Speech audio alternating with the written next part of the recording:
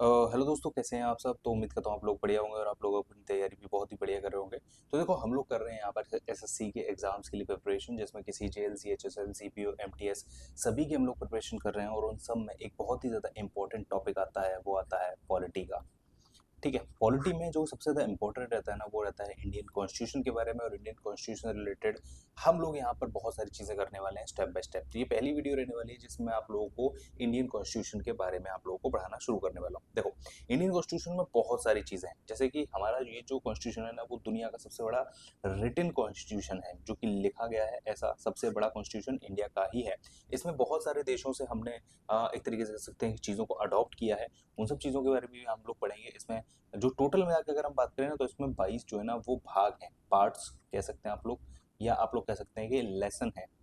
ठीक है, ये जो टोटल मार्क है ना, वो 22 है। और साथ साथ 8 जो है ना, वो इसमें अनुसूची है।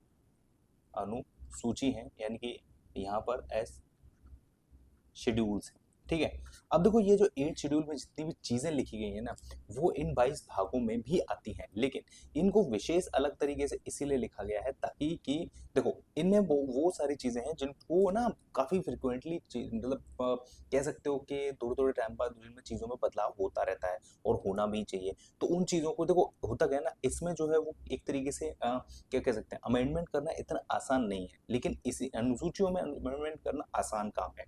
तो इसीलिए यहाँ पर कुछ अनुसूचियां बनाई गई हैं। और ये ऐसा नहीं है कि स्टार्टिंग में नहीं थी, सॉरी। हाँ, ठीक है, एक सेकंड, 8 नहीं है, 12 है। ठीक है, अभी 8 जो थी ना, वो जब कॉन्स्टिट्यूशन बना था उस समय पर 8 थी, लेकिन अभी के समय पर अगर हम बात करें तो 12 है। इसमें धीरे धीरे करके 4 अनुसूची जो है वो बढ़ा ही गई हैं। ठीक है, अब क्यों, कैसे, क्या चीज़ है, वो सारी चीज़ें हम लोग आगे पढ़ने वाले हैं। देखो, हम लोग पढ़ने वाले हैं यहाँ पर अनुसूचियाँ यानी कि शेड्यूल्स। ठीक है, अब देखो, शेड्यूल्स में काफ़ी सारी चीज़ें आती हैं, वन बाय वन हम लोग पढ़ने वाले हैं।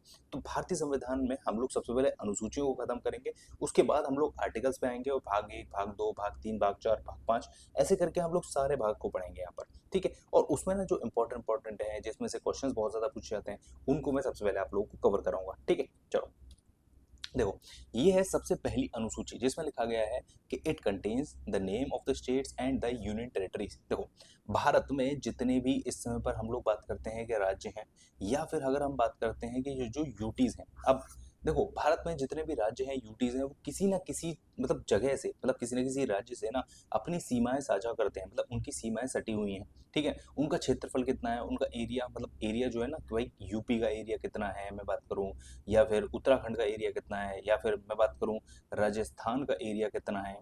ठीक है ना, तो वो सारी चीज़ें इसी में लिखी जाती हैं। कोई नया राज्य बनाया गया, या कोई राज्य को हटाया गया, जैसे कि अभी ना जम्मू कश्मीर जो था ना, वो पहले एक राज्य था, लेकिन अभी उसे यूटी बना दिया गया है। तो ये सब चीज़ें इसमें लिखी जाती हैं कि ये अब इनका इसका वो है। ठीक है ना, हमने सिक्किम को भारत का पार्ट बनाया। ठीक है ना, सिक्किम को भारत का पार्ट बनाया, तो वो भी इसमें लिखा गया कि अब ये हमारा पार्ट है, इंटीग्रल पार्ट है, ये हमारे यूनियन यानी कि संघ का हिस्सा है, और अब ये अलग नहीं हो सकता है।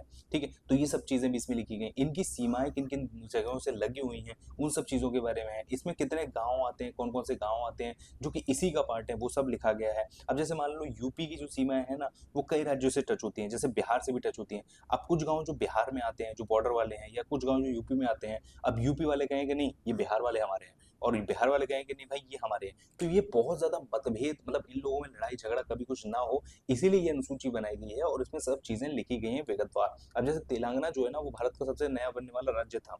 तो अब पहले तो जो जो आपका तेलंगाना था ना, वो ऐसा कुछ था नहीं, तो उसकी कोई सीमाएं नहीं थी। लेकिन जब तेलंगाना बन गया ना, तो उसकी सीमाएं कितनी होंगी, उसमें गांव कितने आएंगे, उसमें शहर कितने आएंगे, उसकी बाउंड्रीज पे, मतलब बाउंड्रीज कहाँ से कहाँ तक होंगी, उससे ना 1 इंच इधर ना 1 इंच इधर।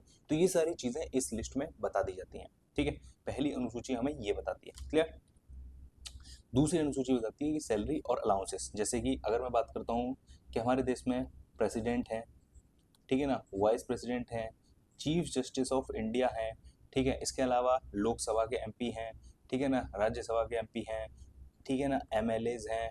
तो ये सब ईटीसी जितने भी ये जो हाईएस्ट, ठीक है, जैसे कि हाई कोर्ट के जजेस हैं, ठीक है, गवर्नर्स हैं, तो इन सब की जो सैलरीज हैं और अलाउंसेस हैं उनको इसमें लिखा गया है कि ये दूसरी अनुसूची इस चीज़ के लिए है। अब जैसे बात करिए कि जैसे मैं कहता हूँ कि भाई जो राष्ट्रपति का जो वेतन है, मैं कहता हूँ इसको थोड़ा सा बढ़ाया जाना है कि भाई महंगाई हो गई है तो वेतन थोड़ा बढ़ाया जाना है। अब आप बात करो कि भाई नहीं, पूरा पार्लियामेंट का सेशन बुलाया जाएगा, लोकसभा राज्यसभा, यहाँ पर पूरी डिबेट होगी, सब चीज़ होगी, और ये सब करने के बाद मान लो राष्ट्रपति के वेतन को 50,000 रुपये बढ़ा दिया गया। अब इस चीज़ के लिए कितनी बड़ी सारी मतलब इतने सारे लोग काम पे लगा दिए गए, तो इसलिए यहाँ पर रखा गया अनुसूची में, और ये एक साधारण बहुमत या बहुत कम लोगों के साथ भी इस चीज़ को पारित किया जा सकता है। क्लियर।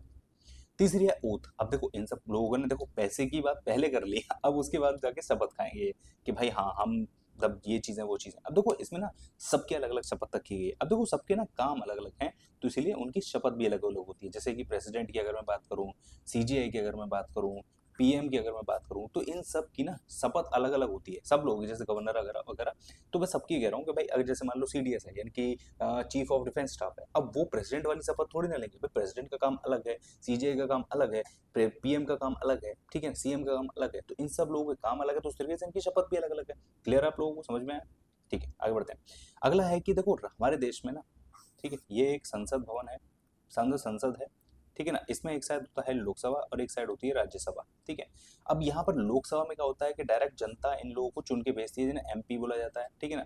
अब राज्यसभा में जनता तो चुन के भेजती नहीं है, तो यहाँ पर होता क्या है कि यहाँ पर जो स्टेट्स और यूनियन टेरिटरीज है ना, वहां से लोग अपने प्रतिनिधियों को भेजा जाता है कि भाई जाओ और जाकर वहां पर बात करना और हमारी समस्याओं को वहां रखना, और लोकसभा को एक तरीके से बैलेंस करने वाली बात आती है यहाँ पर। तो उन राज्यसभाओं में आखिरकार कितने लोग होंगे, मतलब देखो हर एक स्टेट, भारत में जितने भी स्टेट्स हैं, यूटी हैं, उन सब जगहों से उनके पॉपुलेशन के बेस पर यहाँ पर एमपीज को भेजा जाता है चुनकर। मतलब वहाँ की जो विधानसभा होती है ना, विधानसभा, ठीक है ना, विधानसभा नॉमिनेट करती है और वो भेजती है अपने यहाँ से कि भाई जाओ जाकर राज्यसभा में बैठो, ठीक है। तो ये चीज़ है यहाँ पर। अगला बढ़ते हैं। देखो पांचवी अगर अनुसूची के बारे में बात करें तो ये होती है कि एससी एसटी को एक विशेष प्रावधान दिया गया। देखो जब संविधान बना था उस समय पर देश में एससी एसटी की स्थिति काफी ज्यादा खराब थी, आज भी है, लेकिन धीरे धीरे सुधार हो रहा है, काम चल रहा है, ठीक है ना। लेकिन उस समय पर काफी ज्यादा खराब थी और उससे पहले काफी ज्यादा खराब भी रही है, इनको बहुत ज्यादा दबाया कुचला गया है, इनको बहुत सारे अधिकारों से वंचित रखा गया है।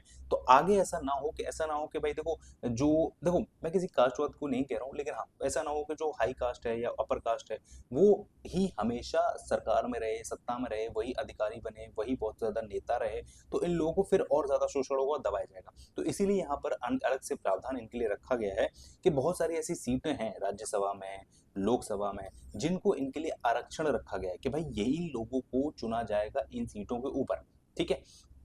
जैसे कि आप लोगों ने देखा होगा कि अगर आप लोग गांव में रहते हैं तो कई बार आप लोगों के यहाँ जो पंचायत में चुनाव होते हैं, जैसे मुखिया के चुनाव होते हैं, तो वहां पर कई बार एससी एसटी की सीट आती है कि भाई सिर्फ और सिर्फ यही कैंडिडेट यहाँ पर खड़े हो सकते हैं, या तो एससी का या एसटी का। और कई बार आप लोगों ने देखा होगा ना शहरों में भी जैसे पार्षद वगैरह के चुनाव होते हैं, ठीक है, तो यहाँ से कि भाई यहाँ से एससी या एसटी का ही व्यक्ति खड़ा हो सकता है, ठीक है। तो हर बार सीट ऐसे बदल बदल के दी जाती है ताकि इन लोगों को मतलब इस तरीके से मतलब रखा गया है कि लोगों को ना ऊपर आने की मतलब वो मिले, इन लोगों को भी मतलब वो ऐसा ना लगे कि इनके साथ भेदभाव हो रहा है और कभी ये लोग मतलब इन लोगों को मौका नहीं मिल रहा है, तो सब लोगों को मौका बराबर को मिले, इसलिए यहाँ पर ये प्रावधान रखा गया। क्लियर। अगला है देखो यहाँ पर क्या है कि असम, मेघालय, त्रिपुरा और मिजोरम, इन चार स्टेट्स को ना अलग से दर्जा दिया गया है एडमिनिस्ट्रेशन अपना चलाने का। मतलब ये है कि देखो जैसे मैं बात करूँ सिंपली, कि यहाँ पर क्या है ना, यहाँ पर कई सारी जनजातियां, ट्राइबल्स वहां पर रहते हैं। अब उनके ऊपर आप भारत का सारा संविधान नहीं थोप सकते हैं, क्योंकि वो लोग नहीं उसको ना तो वो उस चीज को फॉलो कर पाए ना कुछ कर पाएंगे। अब जैसे मैं बात करता हूँ कि मान लो असम में क्या है कि एक कबीला है, और कबीले में ना शादी करने के अपने नियम कायदे कानून है। अब आपको ना वहां पर हिंदू मैरिज एक्ट को रखा जाएगा, तो ऐसा नहीं हो सकता है, आप उनके ऊपर जबरदस्ती इंपोज नहीं कर सकते हैं इस तरीके से चीजें, ठीक है ना। अब जैसे यहाँ पर क्या है कि भाई असम में क्या है कि भाई वहां पर जो कबीले हैं या वहां के रहने वाले लोग हैं, वहां पर इन लोगों को अधिकार दिया गया है कि आप अपने लोकल लेवल पर कुछ मतलब लोकल लेवल पर आप अपने लिए कानून बना सकते हैं, लॉ बना सकते हैं। अब जैसे मान लो असम में ये लॉ बन गया कि यहाँ पर कोई भी पेड़ नहीं काट सकता, ठीक है, पेड़ नहीं काट सकता, तो यहाँ की जो संसद है ना वो भी इसको मान लेगी कि हाँ भाई ये एक कानून बन गया, उनकी तरफ से बनाया गया और हम ये बात मानेंगे। आप किसी और जिले में, जैसे मैं बात करता हूँ यूपी में या आप हरियाणा में, ऐसा कोई लॉ नहीं बना सकते, ये सरकार तय करती है कि यहाँ पर पेड़ कटेंगे नहीं कटेंगे, जंगल बनेगा नहीं बनेगा, यहाँ पर कौन सा पार्क बनेगा नहीं बनेगा। लेकिन हाँ इन चार एरिया में अगर इन्होंने कह दिया कि भाई यहाँ पर ये चीज नहीं होगी, तो वहां पर संसद बहुत ज्यादा इंटरफेयर नहीं करेगी। देखो उन लोगों के मान लो रहने का घर है वो चीज, और यहाँ पर जबरदस्ती वहां पर सरकार सरकार डेवलपमेंट के नाम पर कुछ भी चीजें नहीं कर सकती है। तो इन लोगों का यहाँ पर इस चीज से स्पेशल पावर दिया गया। बहुत सारे और भी राज्य हैं जिनको बोला जा रहा है कि भाई इनको भी विशेष दर्जा दिया जाए। अब देखते हैं क्या होता है। अगला है देखो, distribution of the power between centre and state, यानी शक्तियों का विभाजन किस तरीके से किया गया। देखो बहुत सारे ऐसी सब्जेक्ट्स हैं जिन पर मतलब सेंट्रल गवर्नमेंट कानून बनाती है, बहुत सारी ऐसी चीजें हैं जिनके ऊपर स्टेट गवर्नमेंट कानून बनाती है, और बहुत सारी ऐसी चीजें हैं जिनके ऊपर मिला जुला के कानून बनाया जाता है। जैसे कि देखो मैं बात करता हूँ कि अगर मैं बात करूँ कि नोट छापने का अधिकार किसको है, तो नोट छापने का पास सिर्फ सेंट्रल गवर्नमेंट को है। ऐसा नहीं है कि स्टेट गवर्नमेंट को भी ये कानून है कि भाई महाराष्ट्र में अलग अपना नोट छप रहा है और मान लो कर्नाटक में अलग नोट छप रहा है, नहीं ऐसा नहीं है। अगर मैं बात करूं कि आर्मी नेवी एयरफोर्स रखने की जो मतलब जो अधिकार है वो सिर्फ और सिर्फ सेंट्रल गवर्नमेंट का है, स्टेट गवर्नमेंट का नहीं है। हाँ, पुलिस रखने का अधिकार जो है ना वो यहाँ पर आता है। देखो सिंपल सी चीज है, बहुत सारे हैं जैसे परमाणु शक्तियों का परीक्षण, ये सारी चीजें ये यूनियन लिस्ट में आता है, ठीक है ना। स्टेट लिस्ट में बात करूं तो देखो जैसे कि बहुत सारी चीजों के ऊपर टैक्स लगाने का अधिकार ये स्टेट गवर्नमेंट के पास है, ठीक है ना। इसके अलावा ट्रेड वगैरह एजुकेशन है, तो इन सब चीज़ों का अधिकार जो है ना वो स्टेट गवर्नमेंट के पास है और यूनियन गवर्नमेंट उसमें बहुत ज़्यादा इंटरफेयर नहीं करती। अब कंकरेंट लिस्ट के बारे में बात करें तो बहुत सारी ऐसी चीज़ें हैं जिनके ऊपर दोनों मिलकर कानून बनाते हैं, जैसे कि टैक्स वगैरह जो होते हैं ना, टैक्स का बंटवारा किस तरीके से होगा उन चीज़ों के ऊपर, एजुकेशन किस तरीके से रहेगी उनके ऊपर, और भी कई सारे हैं। तो आप लोगों को जो याद रखना है वो ये है कि भाई देखो यूनियन लिस्ट में 100 सब्जेक्ट हैं, स्टेट लिस्ट में 61 सब्जेक्ट हैं, मतलब 61 वो टॉपिक हैं जिन पर सर कानून बन सकते हैं, ठीक है ना, और 52 है कंकरेंट लिस्ट में। क्लियर। चलो आठवां जो है ना वो है कि इसमें 22 भारत की लैंग्वेजेस को डिफाइन किया गया है कि जो भारत की ऑफिशियल लैंग्वेजेस हैं, ठीक है ना। ये 22 लैंग्वेजेस हैं, असम है, बंगाली है, बोडो है, डोगरी है, गुजराती है, हिंदी है, कन्नड़ा है, कश्मीरी है, कोंकणी है, मैथिली है, मलयालम है, मणिपुरी है, मराठी है, नेपाली है, उड़िया है, पंजाबी है, संस्कृत है, संथाली है, सिंधी है, तमिल है, तेलुगु है, उर्दू है। इसमें इंग्लिश नहीं है। कई बार आप लोगों को ये पूछा जाता है, एग्जाम में क्वेश्चन आता है कि आखिरकार इनमें से कौन सी ऐसी लैंग्वेज है जो हमारे भारत की मतलब जो शेड्यूल में लिखी गई हैं उन लैंग्वेजेस में से नहीं है, तो मोस्टली उसमें इंग्लिश ऐसी होती है जो नहीं है। क्लियर। देखो देश जब आज़ाद हुआ 1947 में, उसके बाद संविधान बना 1951 में, सबसे पहला जो रिफॉर्म हुआ ना, जो कि अमेंडमेंट लाया गया वो यही था, जिसमें भूमि सुधार कानून लाया गया, ठीक है। राजीव सॉरी एक सेकंड, हाँ 1951 में, ठीक है। भूमि सुधार कानून इसलिए लाया गया था क्योंकि देखो जब देश आज़ाद हुआ ना तो उस समय पर बहुत ज़्यादा भूमि जो थी ना वो जमींदारों के पास थी। मतलब जो गरीब लोग थे, गरीब किसान थे, उनके पास भूमि थी नहीं, उनके पास पैसा था कि वो लोग कभी खरीद पाए, और सरकार के पास भी ज़मीन नहीं थी कि भाई अपने प्रोजेक्ट्स के लिए कि भाई रेल वेल बिछानी है, उनके पास ज़मीन नहीं है, बहुत सारी और चीज़ें डेवलप करनी है, उनके पास ज़मीन नहीं। तो भूमि सुधार कानून लाया गया था जिसके तहत कि बहुत सारी जो भूमि है ना उनमें से जमींदारी प्रथा को खत्म की गई और बहुत सारे किसानों को भूमि दी गई, छोटे छोटे किसानों को भूमि दी गई, ठीक है। आप भी अपने अपने गांव में अगर दादा बाबा जिनसे पूछोगे तो वो बताएंगे कि हमको ना खेती मिली थी सरकार की तरफ से पट्टे पर करने के लिए, ताकि वो लोग अपनी आजीविका चला पाएं, चीजें कर पाएं, और सरकार ने बहुत बड़ी बड़ी जो भूमि थी ना उन पर अपना कब्जा लिया ताकि सरकार को अपने प्रोजेक्ट्स को फंड कर पाए, मतलब अपने प्रोजेक्ट्स को अपलेट कर पाए, ठीक है। तो ये था भूमि सुधार कानून। अगला है एंटी डिफेक्शन लॉ, ये राजीव गांधी जी लाए थे। देखो होता क्या है ना, जैसे मान लो इसके तहत ये चीज होती है कि आप अपना दल नहीं बदल सकते हो। जैसे मान लो एक कैंडिडेट है ए और एक पार्टी है मान लो बीजेपी की, ठीक है ना। अब मान लो इसने जो चुनाव लड़ना था, जब उसे लड़ना था ए को चुनाव लड़ना था बीजेपी से, और बीजेपी से इसने टिकट लिया और बीजेपी से ये चुनाव लड़ता रहा, ठीक है। और एक पार्टी है मान लो हमारे देश में कांग्रेस है, ठीक है। अब अगर मैं बात करता हूँ कि जैसे मान लो कांग्रेस जो है ना वो चुनाव जीत गई, ठीक है ना, इनको वोट मिले मान लो इनको मिले 100, मैं देखो जनरल बात बता रहा हूँ, ऐसा नहीं है। देखो इनको मिले मान लो 200 और ये चुनाव जीत गए हैं। अब ए के पास ना मतलब कुल मिला के अगर मैं बात करूँ तो ए के पास 30 वोट है, मतलब अपने अपने अपने जैसे। तो मान लो चुनाव हुए और कांग्रेस चुनाव जीत गई। अब इसने क्या किया कि भाई चुनाव जीत गई कांग्रेस, तो इसने सोचा एक काम करते हैं, हम ना इधर चले जाते हैं, हम ना इधर चले जाते हैं। मतलब एक तरीके से ये मान लो कि ये एक मतलब लोग हैं, कुछ निर्दलीय चुनाव है जो बीजेपी की तरफ से चुनाव लड़ रहे थे, मतलब बीजेपी के साथ मिलके। लेकिन जब बीजेपी हार गई और कांग्रेस जीत गई तो ये लोग इधर भागने लगे कि भाई ये लोग जीत गए, हम लोग इन्हें अपना समर्थन देते हैं, इनमें जाके मिल जाते हैं, तो इनके साथ ना हम लोग मतलब उधर वाली पार्टी में बैठेंगे, जीतने वाली बैठेंगे। तो ऐसा नहीं हो सकता है। मतलब इस कानून के तहत ये चीज है कि अगर मान लो आपने एक चुनाव जो किसी भी पार्टी से जीत मतलब आप लोग लड़ रहे हो, जैसे मान लो मेरे पास एक XYZ पार्टी है और मैं 30 MPs है मेरे पास, मतलब 30 लोग चुनाव लड़ रहे हैं मेरी तरफ से और मैं बीजेपी को समर्थन दे रहा हूँ, तो जब तक आप लोगों को चुनाव मतलब नहीं हो जाते तब तक तो आप किसी से भी लड़ सकते हो। लेकिन चुनाव के अगर नतीजे आ गए हैं तो फिर आपने जिसके साथ पार्टनरशिप की थी आपको उसी के साथ रहना है। जो चीज जीत गई, ऐसा नहीं है जीत गई हार गई तो आप किसी और के साथ भाग जाओगे, नहीं ऐसा नहीं हो सकता।